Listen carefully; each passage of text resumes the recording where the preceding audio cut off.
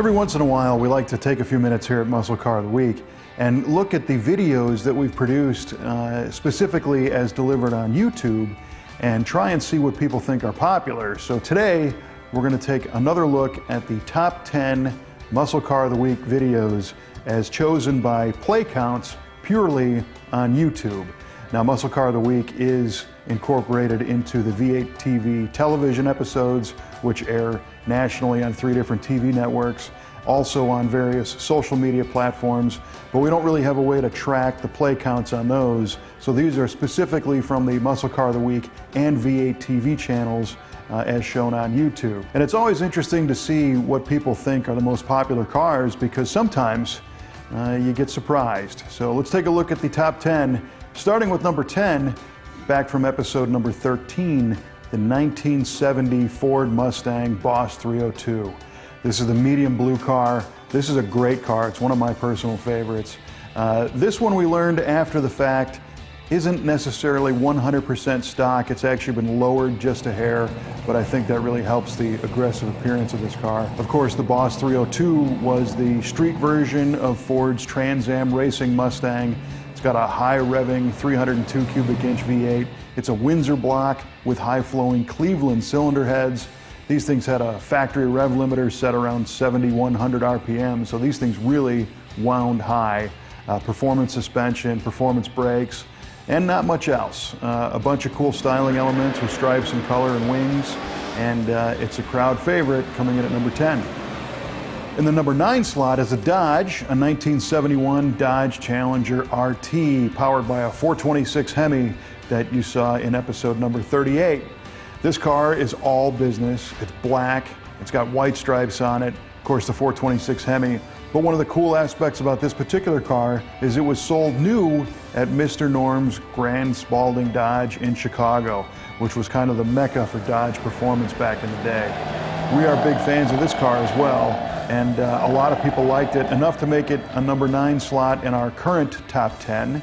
And as a bonus, if you want to see more of Mr. Norm, we have an interview with him that we shot at the 2013 Muscle Car and Corvette Nationals when Mr. Norm was celebrating his 50th anniversary in the business. So go check that out.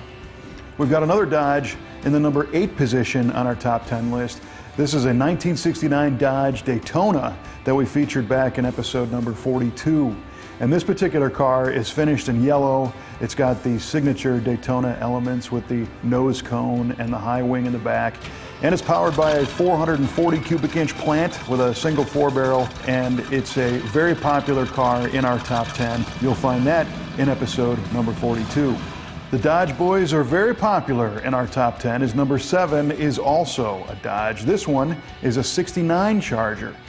This car has evil written all over it. It is black as night, it is straight as an arrow, and it's powered by the 426 Hemi V8. For a Dodge Charger fan, it really doesn't get much better than that. And you can find that one in episode number 90.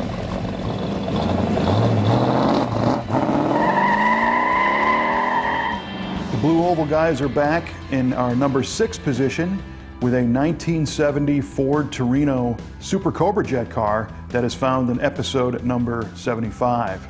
This car is finished in bright red. It has the Torino Super Cobra Jet graphic package on it with the blacked out hood, the wing in the back. It is an incredibly aggressive styled car, and it's powered by a 429 cubic inch Super Cobra Jet V8 engine. Made a ton of power, a ton of torque. This one's an automatic, but still got the job done, and it's very popular coming in our number 6 slot. In our number 5 slot is a car that is one of my personal favorites, the 1970 Buick GSX 455 Stage 1 4-speed finished in satin yellow. It's cool to see one of the less popular muscle cars be so popular on our top 10 list. These cars made a ton of power, 360 horsepower, 510 foot-pounds of torque, but still had the refinement of a Buick. And people sometimes ask me, are they really that much different? Is a Chevelle and a GTO and a Buick GS, they're all kind of the same platform, but are they really different cars? And I truly believe that the Buicks and some of the more optioned GTOs definitely drove differently than the Chevelle, even though a lot of the part numbers are the same underneath. I didn't have the pleasure to drive this particular car, at least not yet. But I'm glad to see the Buick bringing it home in position number 5.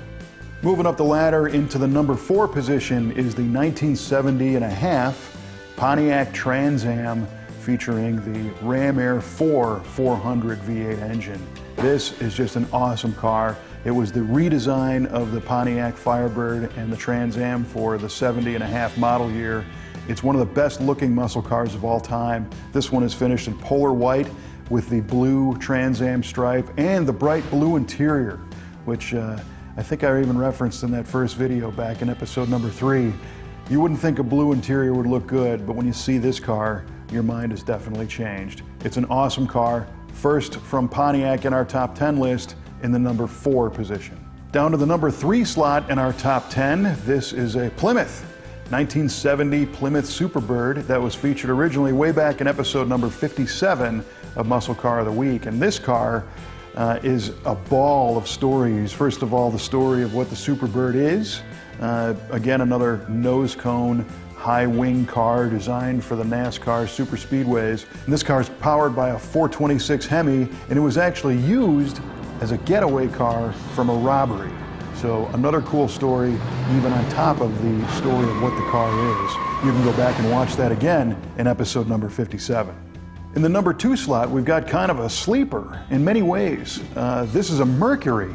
Who'd have thought a Mercury would be in the top 10 of our Muscle Car of the Week series, but this car is definitely worthy. It's a 1968 Mercury Cougar GTE package, which is a very rare car to start with, and this one is powered by a 427 side-oiler V8. To see a 427 in a GTE Cougar is a very rare sight indeed. This is the 390 horsepower version in the Mercury, which is again kind of a sporty luxury car, but is all muscle. And this car has another great story. Its history is traced all the way back to day 1 in episode number 59 of Muscle Car of the Week.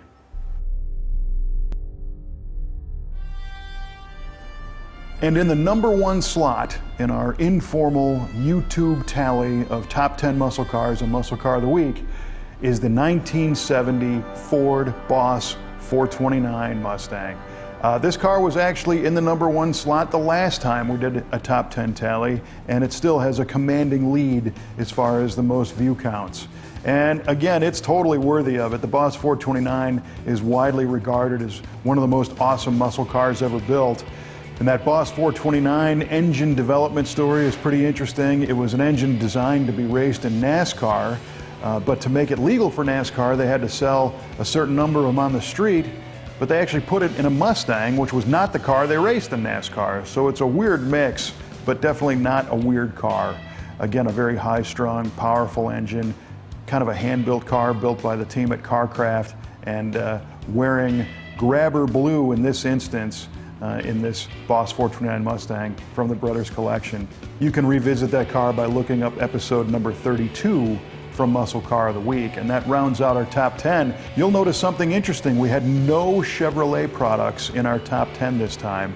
So for you Chevy fans, pick your favorite episode of Muscle Car of the Week featuring a Chevrolet and share it with your friends. Get those play counts up. Let's put a Chevy on the board for next time. Or maybe an Oldsmobile, or an AMC, or maybe even a Studebaker. We'll see you next time on Muscle Car of the Week.